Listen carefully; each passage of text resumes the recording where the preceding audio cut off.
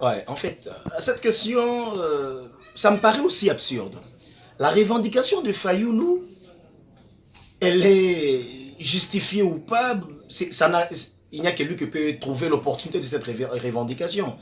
Mais dès lors que la Cour constitutionnelle a tranché, la vérité des urnes reste, si pas un mot, si pas un slogan, mais cette revendication, elle est creuse. Mais dans cette histoire, la RFI ou les autres analystes politiques n'en parlent pas. Parce que dès lors, la décision de la Cour constitutionnelle est inattaquable. Or, ce qu'il est en train de faire, cela constitue même une rébellion. Et sa place devrait être la prison. Mais Félix trouve aussi que nous sommes dans une jeune démocratie qui est en train de prendre ses allures.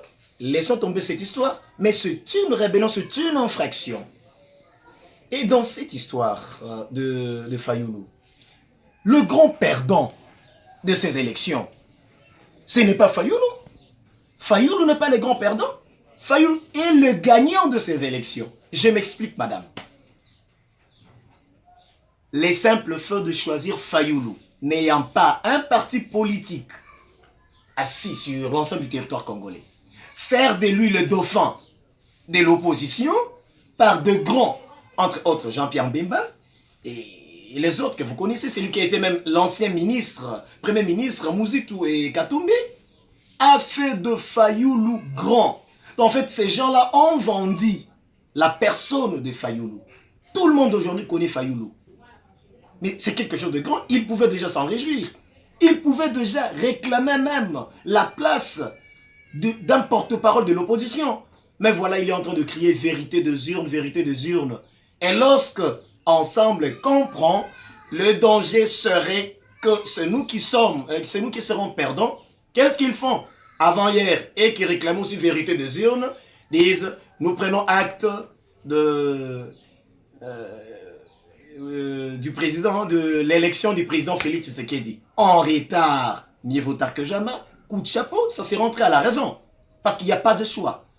Mais la raison, c'est quoi? Ils disent prendre acte, nous sommes majoritaires dans l'opposition et ils réclament déjà la place naturelle qui était l'UDPS de l'opposition. Voilà. Et où serait la place de la Mouka? Encore cette fois-ci, la Mouka reste maintenant vide. Revendication creuse, place de la Mouka dans la scène politique vide, et la crainte est que Fayoulou continue à rester l'unique Fayoulou qu'il était, sans un grand parti politique mieux implanté. C'est ça le problème. Mbemba et les autres n'ont pas aussi joué un franc jeu à la place de Fayoulou.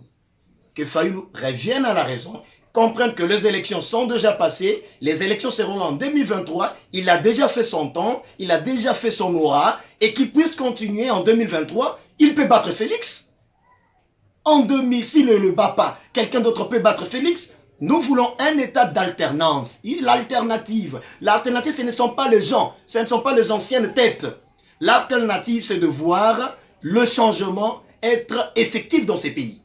Ce n'est pas de voir Mende a fait quoi, le Kokonyangi a dit quoi. Non, non, mais c'est que de Mende et de Kokonyangi de demain, de pouvoir faire des choses qu'ils n'ont pas pu faire dans la législature de Kabila. En fait, madame, je pense que les questions sont épuisées quant à ce pour la journée d'aujourd'hui, à moins qu'il y ait encore une question pendante. Non, non, c'est juste ça, c'était la dernière question. Merci, merci de répondre à ces questions. Moi, je sais que nous vous aurons encore très, très prochainement.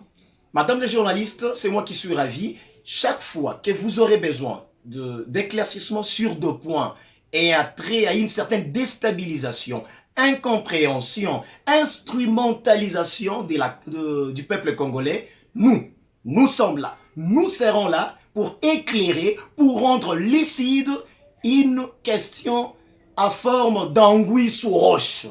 Nous sommes là et nous serons à votre service pour continuer à éclairer les communs des mortels, les non-instruits, pour ne pas être instrumentalisés par certains analystes espiègles pour détourner l'attention sur l'essentiel.